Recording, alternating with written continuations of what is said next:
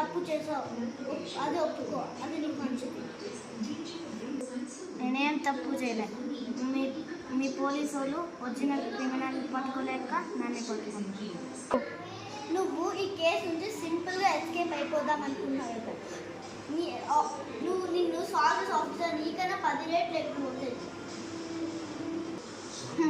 చూద్దాం, అది కూడా చూద్దాం.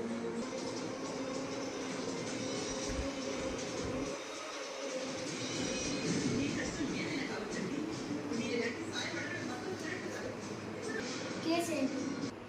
ఈ హిమజ్ఞ అనే వ్యక్తి సోము అనే వ్యక్తిని చంపాడు అని మాకు అనుమానంగా ఉంది, కానీ మా దగ్గర సాక్ష్యాలు లేవు.